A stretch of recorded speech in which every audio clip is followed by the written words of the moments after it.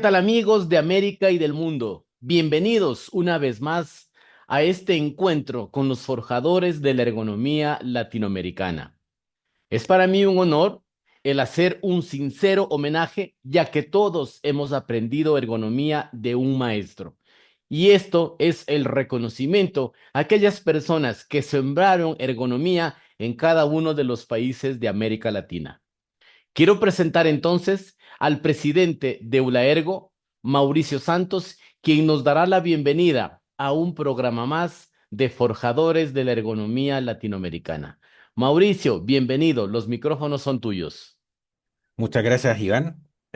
Sean todos bienvenidos a este espacio en donde conocemos a la primera generación de especialistas en ergonomía que abrieron paso, que sembraron nuestra especialidad en Latinoamérica. Para nosotros reviste de mucha importancia reconocer de una forma muy simple y muy sencilla a todas las personas que con su esfuerzo y dedicación sembraron la ergonomía que tenemos hoy. En ese aspecto, para mí es un honor el invitado de hoy, pilar fundamental del desarrollo de la ergonomía de Centroamérica, el Caribe, muy reconocido, por cierto, de alguien que todos tenemos la oportunidad siempre de aprender. Así es que no quiero extenderme un poco más. Este espacio es para que las nuevas generaciones conozcan a las primeras, a la primera generación que tomó de alguna forma este desafío.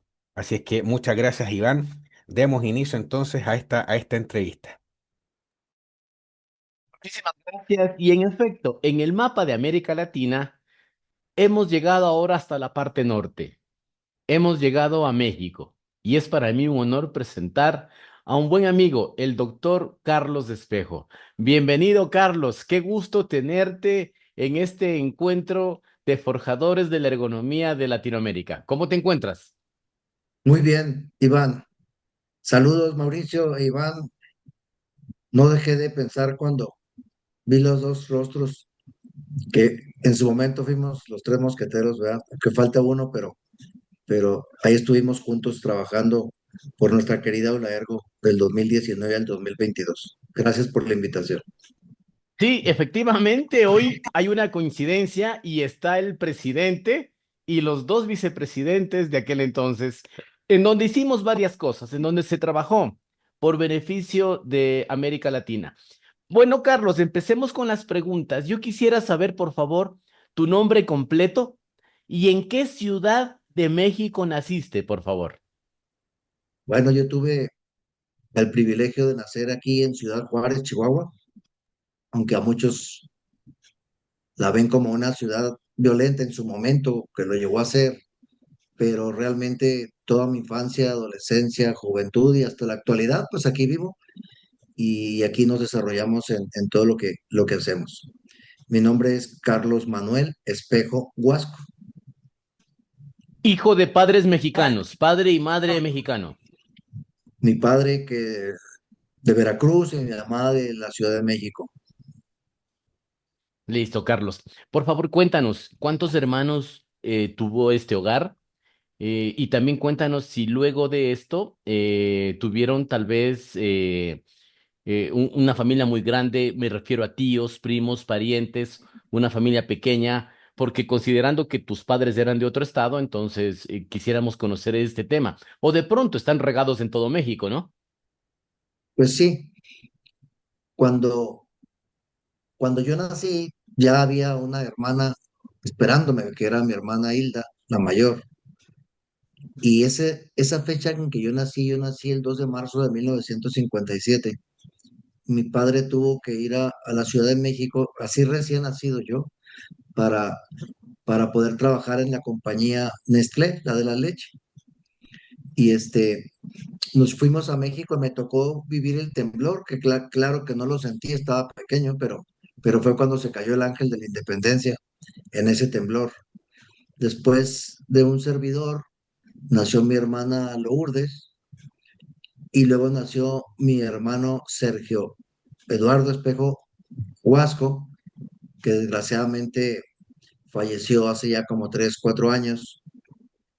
Y luego siguió mi hermana Sonia Yolanda y luego siguió mi otra hermana Alma Graciela, y terminamos con el más chico que es Enrique Antonio. Entonces fuimos siete hermanos y la familia pues muy unidos, un padre muy trabajador, muy estricto, demasiado, y muy buen padre porque me acuerdo nos llevaba a jugar fútbol a todo el barrio. Nos íbamos en dos, tres camionetas de diferentes vecinos y enseguida de mi casa de ustedes, de mis papás, estaba un vecindario, así como la vecindad del Chavo, pero con muchas casitas dentro y ahí estaba la mitad del equipo. Yo me encargaba de entrar a la vecindad y me metía a las casas a despertarlos a todos para irnos a jugar fútbol. Mi madre, pues muy de la casa,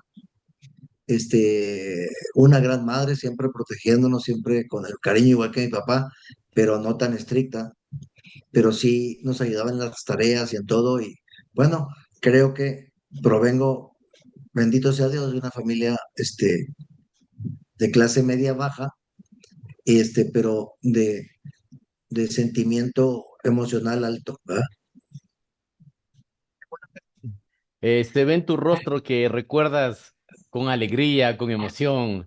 Ahora quiero, Carlos, por favor, que nos cuentes a toda la comunidad que te está escuchando ahora, la escuela de Carlos, ¿a dónde ingresó a estudiar primero en la escuela básica, luego la preparatoria y la universidad? Cuéntanos esta historia de la vida estudiantil de Carlos Espejo.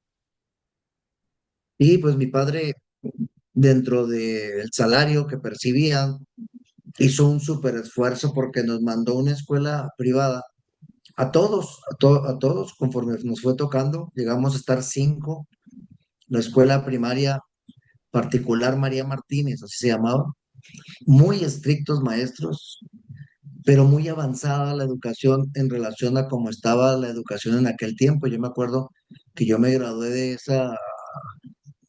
con esos estudios de la María Martínez y en la secundaria, todo primero y segundo de secundaria, yo ya me lo sabía porque ya me lo habían dado en la primaria. Entonces fue cuando me hice un poco desordenado en la escuela porque me estaban enseñando lo mismo que ya sabía de la primaria. En la preparatoria estuve en la preparatoria del Chamizal y en la preparatoria del Chamizal jugaba fútbol, soccer con la escuela, pero también fútbol americano. Y luego ya llegó el momento de entrar a la escuela de medicina. Entré en 1977 y salí en 1981 en diciembre.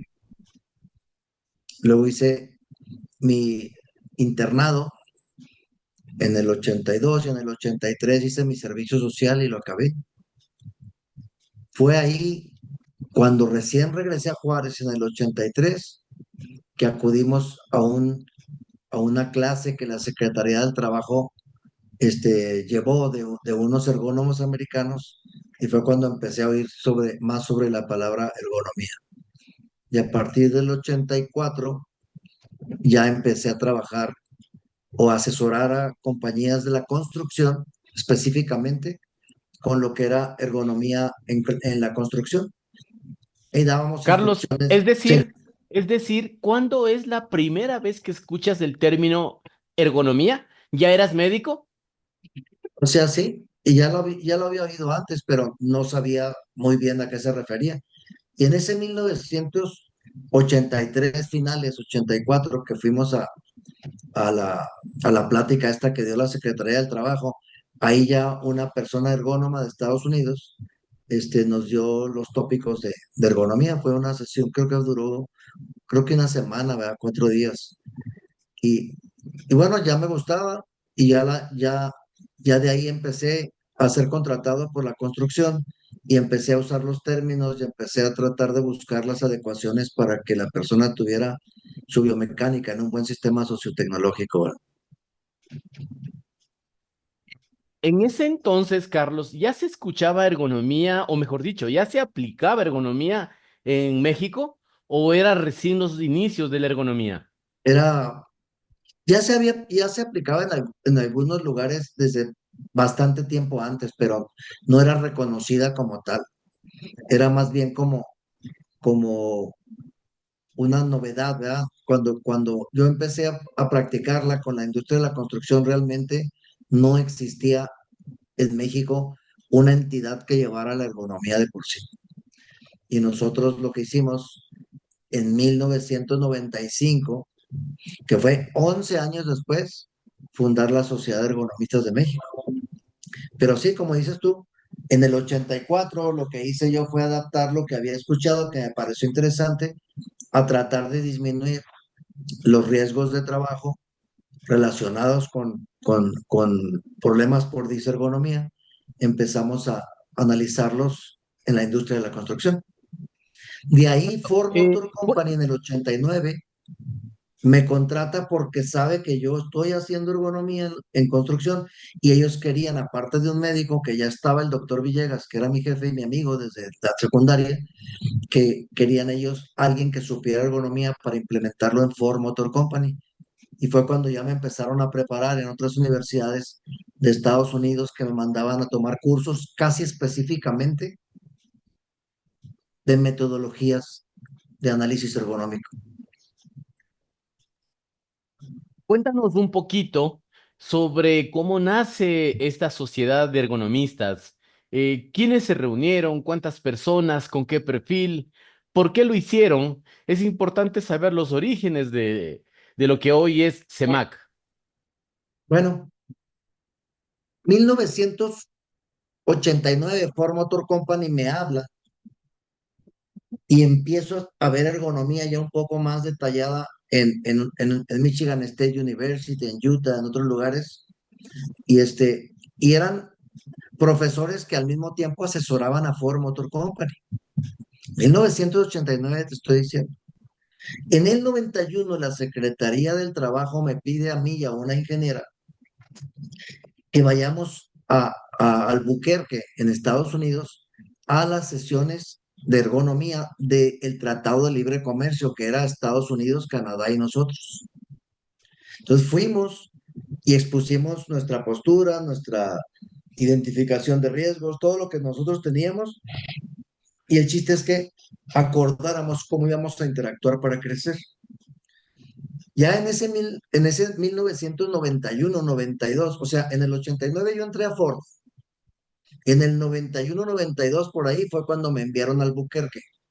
Y en Albuquerque empezamos a discutir y a tener relación con los ergónomos americanos, que eran ergónomos de profesión, y los ergónomos eh, canadienses, que muchos eran fisioterapeutas, y nos empezamos a poner de acuerdo en la frecuencia o en la aparición de diferentes padecimientos musculoesqueléticos o de otros tipos, inclusive por ruido y por vibración y por todo, para poder tener más o menos un diagnóstico de en los tres países cómo andábamos.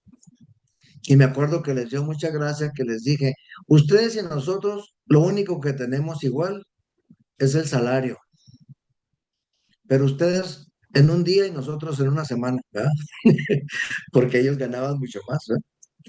Y, y ahí empezó una relación que me dio la idea de formar en el 95 la Sociedad de Ergonomistas de México, que tú conoces muy bien, ustedes dos conocen muy bien como CEMAC, ¿verdad? Sociedad de Ergonomistas de México, Asociación Civil.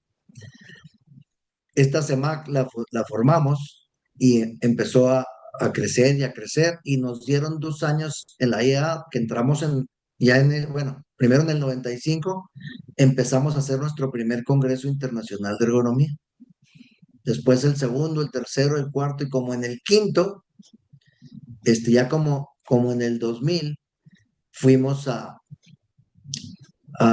en el 1998 y 99 o 97 y 98, no me acuerdo muy bien, empezamos nosotros a apoyar la formación de sociedades de salud ocupacional en Centroamérica y Caribe. Y empezamos con Guatemala, Costa Rica ya existía, pero estaba en poquito estática y también empezó a despertar con Marco García, que tú lo conoces y todos nosotros. Y así fuimos con diferentes países hasta que logramos formar la FECAPSO en salud ocupacional, fíjate. Y aquí tengo, porque va a ser muy bonito que la gente lo pueda ver, mira, claro que no lo alcanzan a leer, pero aquí tengo yo todo la declaratoria de Cancún ya en el 2012, en la cual firmaban todas las personas, aquí están sus firmas, todo eso es histórico. Esto es el original. Y afirmaban de que aceptaban que la Sociedad de Ergonomistas de México en su momento fuera a sus países y tratar de formar las sociedades de ergonomía ya de Centroamérica y Caribe que ya existían como salud ocupacional. Entonces se formó otro grupo que era los ergónomos más los de salud ocupacional.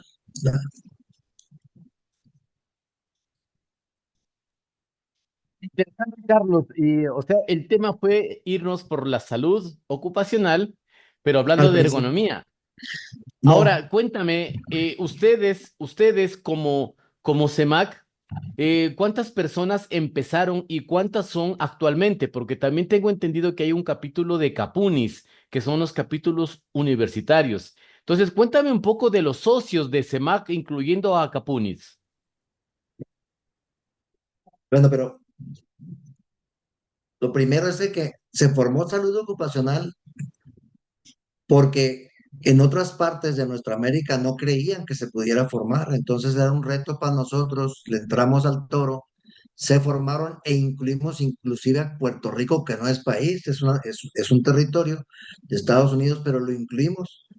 Y cada 2 años, hasta la actualidad, se hace la, la, cada 2 años se hace en años pares, se hace el Congreso de la Federación Centroamericana y del Caribe de Salud Ocupacional, que por cierto el año que entra ya toca otra vez.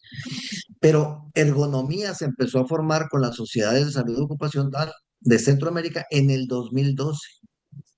2013, aquí lo tengo, se formó Costa Rica con las mismas directivas hasta ahorita, y luego Honduras, 2014 República Dominicana, 2017 Nicaragua, 2019 Panamá y 2021 Guatemala, que son las sociedades que ya todas, nos faltaba Panamá, pero ya están todas en nuestra querida ULAERGO, que era la consecuencia final, ¿no? Ahora, tu pregunta es bueno, esto se formó ahí. ¿Y tú lo que quieres saber, Iván? Era sobre el tema de CEMAC. ¿Cuándo empieza a ser sólida CEMAC y cuántos socios tiene hoy en día? Y hablar también de un tema importante que ustedes tienen, que son los capítulos de estudiantes. Correcto. En el año 1995 se forma CEMAC y ahí duramos como 5 años en la presidencia en lo que despertaba CEMAC y en lo que avanzábamos y hacíamos nuestra página y todo lo demás. Después empezamos ya con los cambios de presidencias cada 2 o 3 años y empezamos siendo como unos 40 socios de diferentes partes de los estados de México y ahorita somos aproximadamente, hemos de ser más o menos como unos 700 profesionistas y como tal vez unos 1,000 alumnos o 500 profesionistas y unos 1,000 alumnos, ¿verdad? O sea, por ahí tengo los datos, pero cuando pagamos ahora en IEA, ahí viene lo que se paga por estudiantes y lo que se paga por profesionistas, pero somos más de 1,000, pues. Y, Carlos, y, en y toda esta, como tú dices, es la única sociedad hasta ahorita que ha formado capítulos universitarios, pero también ya formó 2 capítulos Costa Rica y también pertenecen a nuestra sociedad, pero sin pagar cuota, porque es nada más en cada país. Hay otro contigo en Ecuador, ¿no, Iván? sí, correcto. Y precisamente tú como persona que ha apoyado el crecimiento de la ergonomía en Centroamérica, te queremos hacer una pregunta clave. ¿Qué es lo más difícil de impulsar la ergonomía? ¿Cuál es ese aspecto complicado que como que le ha estancado o no ha existido nada complejo y desarrollar ergonomía es muy sencillo? Pues es que para mí la ergonomía existe desde los cavernícolas, no es una ciencia nueva. es algo que va implícito en el ser humano, el descubrir herramientas más confortables para poder desarrollar un trabajo. Esto ha existido desde siempre. Cuando cuando Wojciech Kastrzembowski este, habló de la definición de ergos trabajo y nomos ley, y que ergonomía era la ciencia del trabajo, nomás lo dijo en un escrito, pero él no ahondó en lo que era la ergonomía, pero sí dijo que si alguien estudiaba ergonomía, debería ser bajo los términos de ergos trabajo, nomos ley, ¿verdad? Y entonces el tratado del trabajo es lo que se trata la ergonomía. Entonces, realmente yo creo que lo más complejo es poder detectar, Iván, cuando vas a un país como el país es de que ya éramos los socios y detectas una persona que tiene esa inclinación porque su análisis de la estación de trabajo se va hacia lo biomecánico, lo cognitivo, lo organizacional y tú dices, ah, caray, pues aquí estoy con el que pudiera ayudarnos a formar la sociedad aquí, como me pasó con las personas ahí en Costa Rica y en Dominicana y en todos los países. Y entonces, no es que sea complejo, es que necesitas hablar con la persona adecuada para poder iniciar algo y lo demás desgraciadamente va a depender de esa misma persona y si no tiene al final las mismas ganas, vas a estar luchando porque pueda desarrollarse y te da tristeza que no se desarrolle con el porcentaje de eficiencia que tú quisieras que se desarrollara. Pero, pero generalmente la gente que empieza a hacer ergonomía se enamora de ella, ¿verdad? Bueno, cuando Sí, menos a mí sí, así me pasó. definitivamente, definitivamente. Pero la pregunta mágica es, ¿y los gobiernos o los entes rectores de los países también será que se enamoran de la ergonomía? ¿O es más difícil tratar de convencerlos a ellos? Es muchísimo más difícil de convencerlos a ellos. Nosotros tenemos muy buena relación con la Secretaría del Trabajo, pero hay normas que tienen ciertos errores que nosotros ya los hemos expresado y aún no se han corregido. Entonces, ese es tanto el trabajo que tiene nuestra Secretaría que a veces nos conformamos con casi emular otra norma en lugar de saber que nosotros podemos crear las normas más adecuadas para nuestra gente, ¿verdad? Te voy a poner un ejemplo. La norma dice, hombre arriba de 18 años y menor de 45 puede cargar 25 kilos. ¿Verdad que así dice? En la mayoría de los países. Sí, ¿Verdad que así dice? generalmente en la mayoría. Y debería decir, hombre de mayor de 18 años y menor de 45 puede cargar hasta 25 kilos, pero le falta agregarle siempre y cuando doble sus rodillas. Claro, más explicado, pero no dice. Entonces tú haces un cálculo vectorial de análisis de fuerza de compresión al disco y te das cuenta que hasta 15 kilos pueden lastimar un disco intervertebral. Y la norma no lo está diciendo. La reflectancia debe ser el 50%. ¿Quién dijo? ¿Por qué un 50%? Como dice, por ejemplo, en nuestro país, sí debe decir un número determinado de luxes que ya se estudiaron de acuerdo al estándar internacional, ¿verdad? Al ISO internacional, pero ¿por qué le pones una fórmula de que el 50%, que sería la luz incidente entre la luz reflectante, te va a dar si estás bien o estás mal? Porque si pones una luminaria de 5,000 luxes y te da 2,500, ¿vas a estar bien? Claro que no.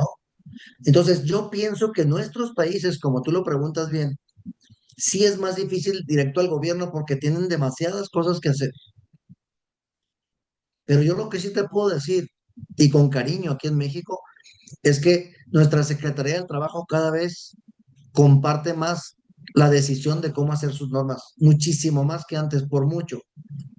Y las empresas que me contratan para darles asesoría, el 99%, ahorita te lo digo con orgullo, en México me hablan porque saben que la ergonomía va a dar como fruto menos lesiones, más productividad y ahorros en la empresa. No me hablan como antes para tratar de cumplir. con una norma. Bueno, eso es un tema de convicción más que un tema de obligación. Carlos, ¿qué significa para ti la ergonomía? Pues es parte de mi vida, ¿verdad? La ergonomía. Esta Sociedad de Ergonomistas de México, si tú te metes a la página, tenemos gente de toda Latinoamérica que nos ha donado sus libros, igual como la Ergo, igual como Sociedad de Ergonomistas de México. O sea, esos libros son para que cualquier sociedad los ponga en su página y les permita a sus socios entrar y bajarlos, imprimirlos, porque tenemos el permiso de los escritores. Y cuando tú te metes a la página y ves todo eso, te das cuenta que entonces la ergonomía, para mí y para mi país, está escrita prácticamente en esa página de ese Mac, donde tú puedes entrar el momento que quieras e imprimir lo que quieras sin que tengas que ser socio. Es una página que se hizo para hacer patria, no para hacer dinero.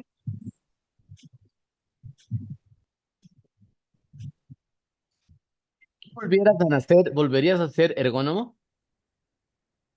A lo mejor, a lo mejor, o sea, yo pienso que si volvieran a hacer, haría lo mismo. Si tuviera que hacer lo mismo, haría lo mismo, porque más que dinero, lo que a mí me dejó fueron muchas satisfacciones emocionales, ¿verdad? De ver cómo un país podía desarrollarse. A mí me encantó cuando Eric Min-Yang dijo ahí en Mérida, en nuestro Congreso, señores, en economía hay países subdesarrollados, en vías de desarrollo, desarrollados y superdesarrollados. En ergonomía, todos los países estamos en vías de desarrollo. Claro, me encantó eso que dijo Eric Min-Yang expresidente de la International Economic Association. ¿Por qué? Porque es, cuando menos en mi persona, y creo que en la tuya también y en la de Mauricio, porque conviví con ustedes 3 años, todo lo de la ergo, este, tenemos la convicción de que la ergonomía es para poder servir al país y servir a nuestros países y que podemos crecer siempre y cuando nadie se sienta superior a otro. Nos vemos hablando de la ergonomía, de cómo nació, cómo se creó, pero ¿qué esperas de la ergonomía en un futuro? Hoy existe la inteligencia artificial, metodologías, gente más entrenada. ¿Cómo le ves a la ergonomía de aquí en unos 10 años?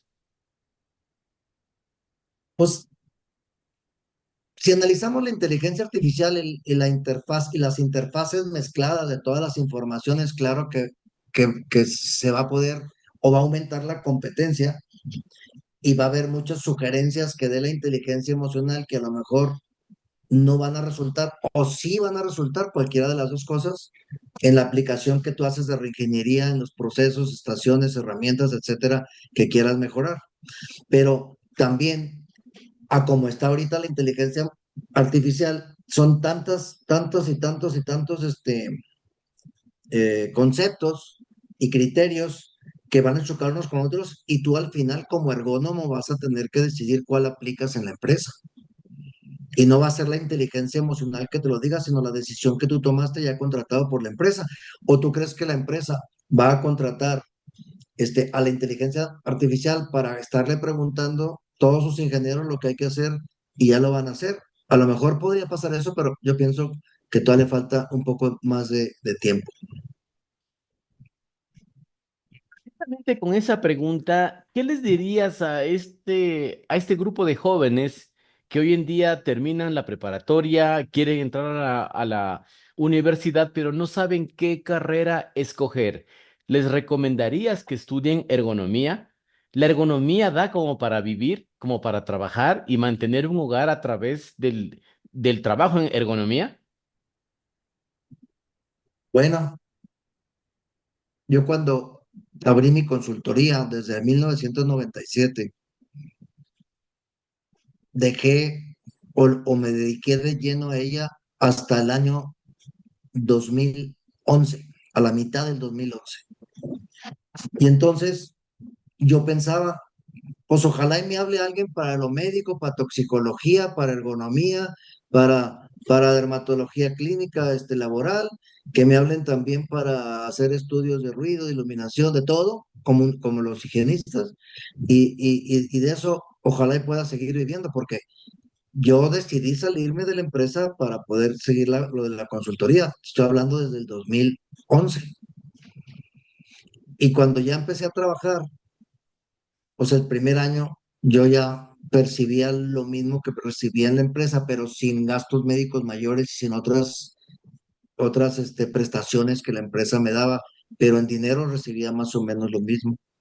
Después me di cuenta que cada año iba creciendo esto porque las ideas que le dábamos a las gerencias son ideas tan simples y tan sencillas que te ahorras mucho dinero y te ahorras muchos esfuerzos, la gente se cansa menos y produce más.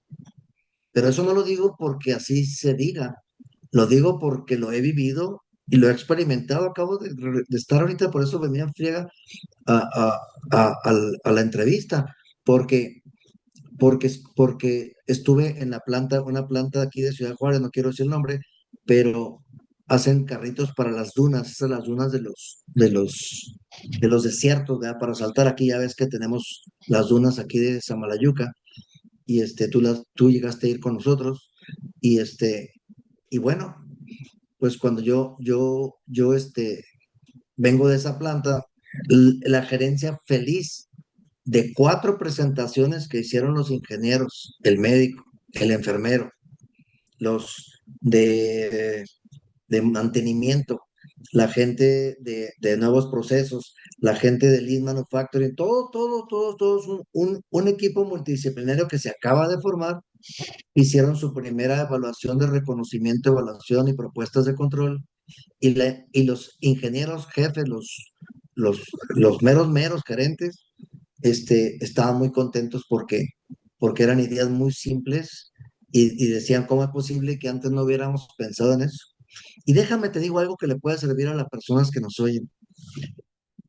Uno de los mayores o de las mayores causas de que no crezca la persona intelectualmente en la propuesta de soluciones ergonómicas es de que se acostumbró que solamente se sube de puesto cuando le haces caso a tu jefe, que es el gerente. Yo no digo que lo desobedezcas, pero lo que sí te digo es, no te limites nada más a cumplir con lo que te pide, sino sondea a la gente con la cual trabajas, a los operadores de producción, pregúntales, acércate a ellos, y cuando te digan qué es lo que les duele, qué es lo que les molesta, trabaja en dar una solución, una reingeniería para que no ocurra eso, y te vas a ganar a la gente y te vas a ganar a la gerencia, y la gerencia va a entender que tú estás haciendo de corazón, no por interés monetario, la ergonomía.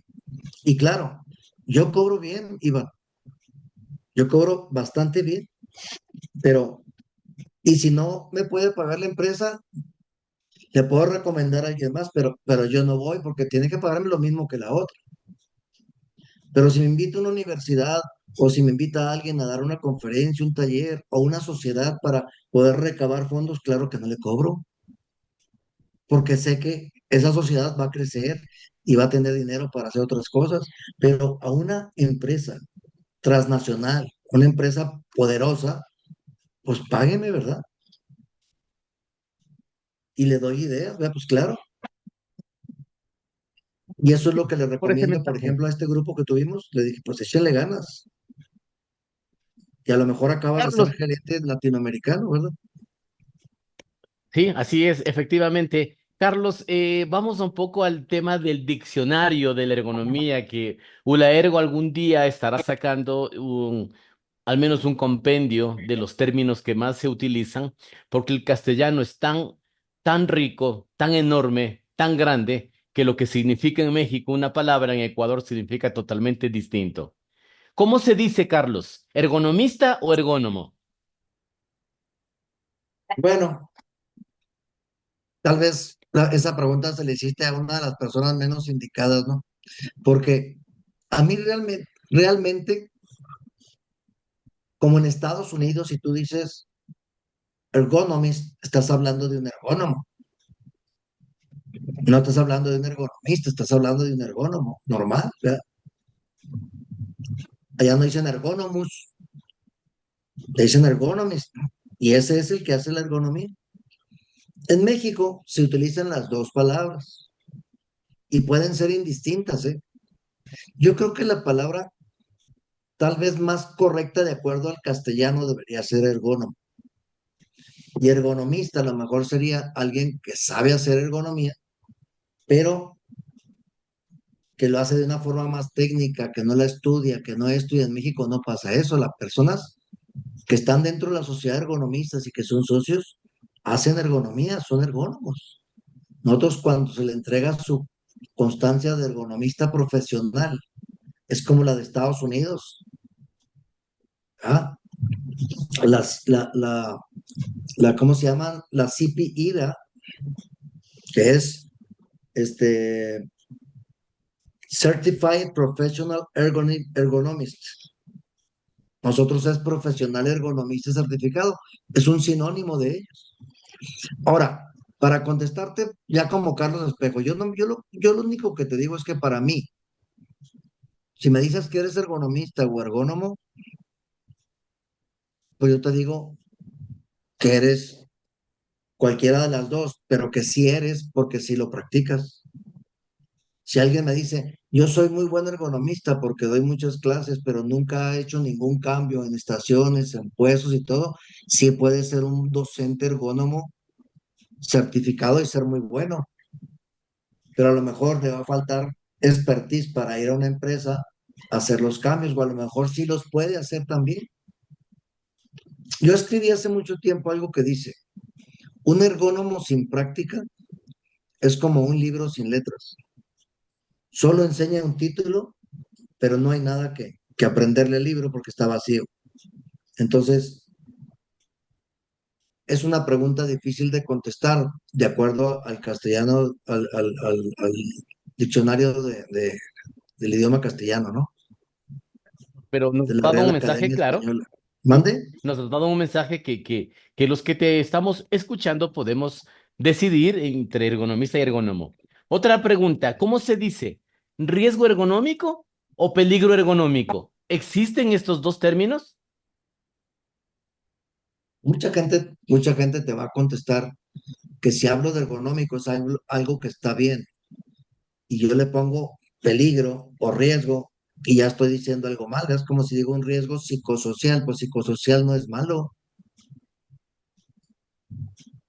Y si digo riesgo, riesgo químico, pues lo químico no es malo, ¿verdad? Pero el riesgo se refiere a algo que se relaciona con la química. Yo creo que realmente no es mucha la diferencia, pero nosotros en la sociedad de ergonomía, si es lo que quieres saber, lo que nosotros proponemos decir es riesgos por disergonomía, riesgo por disergonomía, ¿verdad? Y entonces ahí estoy hablando que existe un riesgo por no hacer ergonomía adecuadamente. Carlos, quiero dar lectura a una frase que encontré hace muchos años. Precisamente la encontré, me parece que es en el 2016, en donde dice, mayor placer a quien previene el dolor que a quien lo alivia. El primero lo evitó del todo y callado, sonriente, escucha los aplausos para el segundo. Sé que esta frase es autoría tuya. ¿Me podrías dar el significado de esta mágica frase? Bueno, claro que sí, con mucho gusto y creo que ya lo sabes, pero tal vez la gente que nos escucha no. Esa frase la escribí bajo el seudónimo de C.A. Resgu, que es mi nombre, pero recortado. Pero se supo esto hasta después de 6 años de que ya estaban algunas frases ya escritas en el libro que está ahí en la página, Carlos Espejo, medio, poesiafilosofía.com. Ahí ya encuentras todas las reflexiones de ergonomía, de salud ocupacional, etcétera. Y hay otras de que es poesía en general, pero cuando yo escribí esa reflexión, la escribí porque sentía que a veces los ingenieros industriales no estaban tomados en cuenta como deberían estarlo y que mucha gente hacía cosas que a lo mejor no eran tan importantes como las que hacían otros que pasaban desapercibidos. Y ahí te va un ejemplo. Mayor placer a quien previene el dolor que a quien lo alivia. Casi, casi le estoy diciendo ahora que es el Día del Médico aquí en México. Al médico, tú quítate, ¿verdad? Porque hay otras gentes más importantes. No, no quise decir eso. Lo que yo estoy diciendo aquí es mayor placer a quien previene el dolor que a quien lo alivia. Estoy hablando de que hace más un ingeniero que quita el ruido que el médico que da pastillas para quitar el dolor de cabeza que el ruido provoca. Entonces, por eso digo, mayor placer a quien previene el dolor, a cualquiera de nosotros, sea médico, ingeniero, ergónomo, lo que quieras decirme, mayor placer si yo prevengo que no exista el accidente y la enfermedad de trabajo, que no exista el dolor que ocasiona eso, mayor placer para quien previene el dolor que para el que lo alivia, porque aliviarlo con ciertas pastillas o ciertas drogas el dolor se puede quitar, pero el que lo previno lo evitó del todo. Por eso dice, callado, sonriente, escucha los aplausos para el segundo. O sea, al médico, ¿va? Lo que le están diciendo, y no es así. Por eso, en cada congreso de CEMAC, en la bolsa, los muchachos le ponen ahí, ese dicho ya se hizo costumbre, pues, pero no porque yo les dijera o porque quisiera que saliera. Si lo quieren cambiar, lo pueden cambiar. Carlos, ¿cuál es tu mensaje final para toda la gente que nos escucha, que somos amantes de la ergonomía? ¿Qué le quieres decir a este grupo de personas? Unos conocen la ergonomía, otros no la conocen y hay personas que estamos en el proceso de aprendizaje de la ergonomía.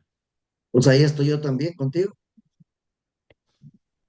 Bueno, Gracias por tu humildad, Carlos. no, no, es que es la verdad. Siempre lo hemos dicho. Cuando hablamos de la mariposa y el gusano, ¿te acuerdas? Sí, sí, sí. Uno Excelente tiene que metáfora. amanecer cada día, necesita uno levantarse con la sabiduría de saber que sabes muy poco de ergonomía.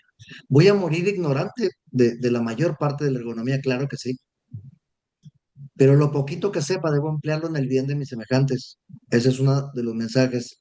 Y el otro es, si, si estamos hablando de qué aconsejaría que hicieras, lo primero que te diría yo es, despiértate y aparte de hacer cosas por tu familia, trata de hacer algo por alguien más que no sea de tu familia. Algo bueno, un consuelo, un abrazo, un ajuste, un rediseño de estación, de herramienta, lo que sea, pero algo positivo para un semejante. Hacer patria es hacer eso. Lo otro lo hace hasta un asesino. Y nosotros lo que queremos como sociedad, como ergónomos, es que tú hagas de nuestra ciencia una ciencia que la gente quiera, que a ti te cause placer el hacer un rediseño que mejore muchos dolores, que no existan esos dolores. Y, y eso es lo que yo les recomendaría, ¿verdad? Hagan ergonomía por el placer de hacerla y vayan a mercados, vean trabajos informales, porque nadie, casi nadie en el mundo hace algo por evitarlos. Seguimos viendo niños cargando bolsas de papas, sacos de harina en los mercados y es tan fácil poner una especie de transportador aéreo o es tan fácil poner cuatro llantitas abajo de los tomates y acudir con algunos de tus alumnos, de tu gente, de tus socios como Sociedad de Ergonomía. Si tú te metes a nuestra página, tú ya ves ahí dos. Una que hice yo con mi mamá como ama de casa para ponerle esas llantitas para que moviera el bote de la basura que le llegaba a pesar. Pero tratemos de hacer algo por trabajos informales. Nadie se mete en eso casi. Y tenemos, cuando menos en México, el 50 o 60% de la población trabaja informalmente. ¿Y dónde está el ergónomo que salió a ayudarle? Entonces, sí recomendaría que sigas practicando ergonomía y que trates de ver las clases marginadas o las clases que no tienen un soporte de un dueño millonario que pueda inyectarle salud al trabajo. Encontramos en este proceso de realizar entrevistas a los pioneros de la ergonomía latinoamericana, pero créete que esta entrevista a mí me ha llenado mucho por varias cosas. En primer lugar, te considero mi amigo, te considero un hermano, como lo he dicho en algunas ocasiones. Eres mi Igualmente. socio, eres mi colega y también, aunque tú no lo creas y siempre no lo aceptas, eres un maestro para mí porque he aprendido muchas cosas en los eventos que hemos compartido en conjunto, en los que he asistido como apoyo, como asistente o como estudiante. Te agradezco muchísimo por esta entrevista. Lamentablemente el tiempo es corto, esperamos algún día tenerte en otro espacio mucho más grande. Y bueno, le dejo a nuestro presidente, a Mauricio Santos, para que cierre esta entrevista, no sin antes comprometerte, Carlos, de que habrá el capítulo número 2, ¿no? Primeramente, Dios, yo le agradezco mucho a Mauricio, que es mi hermano también, igual que tú, y a ti, es una gran diferencia esta. Realmente antes de empezar a hablar, yo tenía los ojos húmedos un poco porque, pues dije, ¿por qué, qué hago aquí? Pues lo que hicimos es lo que teníamos que haber hecho y realmente es mucho este reconocimiento que se hace de hacer un podcast con una entrevista. Sí le hemos echado ganas, eso no lo puedo quitar porque sí nos ha dado el gusto hacerlo, pero tal vez sí se me hace mucho y yo les agradezco muchísimo porque es un estímulo el que ustedes dos en especial, representando a nuestra querida Olaergo, me hagan esta deferencia. Bendiciones de veras, Mauricio, gracias. Muchas gracias, Carlos. Mauricio, los micrófonos son tuyos. Muchas gracias, Iván. Muchas gracias, Carlos, por tus palabras, por compartir con nosotros tu experiencia. Em, a nombre de la Unión Latinoamericana de Ergonomía, quisiera expresar más que nada el objetivo de esta actividad, que básicamente es un reconocimiento. Estamos súper repartidos, son 17 países, 18 países.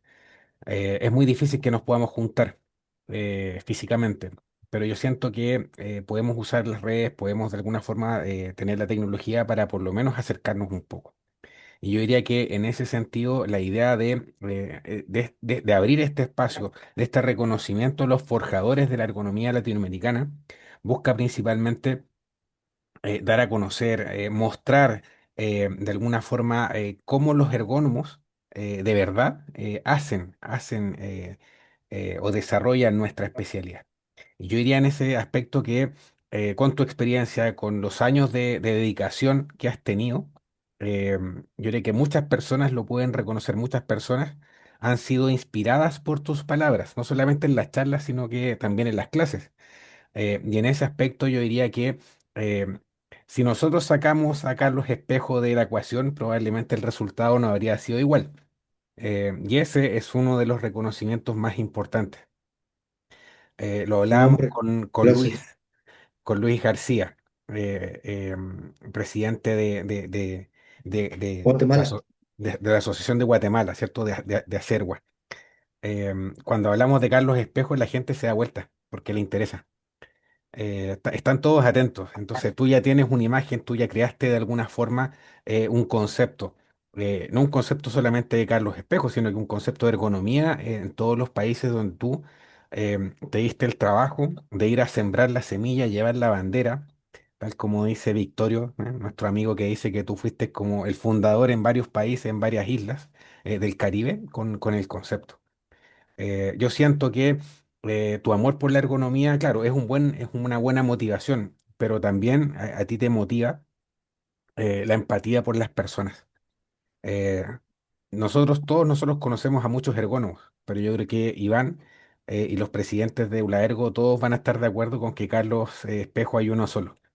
Y en ese aspecto, insisto, tú eres un motor, eres un inspirador, no solamente de nuestra generación, sino que de las próximas generaciones. De más está decir, cumples absolutamente el concepto que habíamos creado de forjador de la ergonomía latinoamericana. Y en ese contexto, y aquí en título de presidente, agradecerte por tus años de trabajo, de dedicación, em, de preocupación, no solamente por el tema de explicar de qué se trata, sino que de formar a los próximos ergónomos.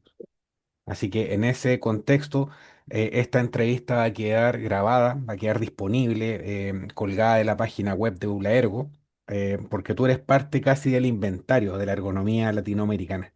Y para nosotros Gracias, es un tremendo honor, primero conocerte, compartir reuniones presenciales, ¿cierto?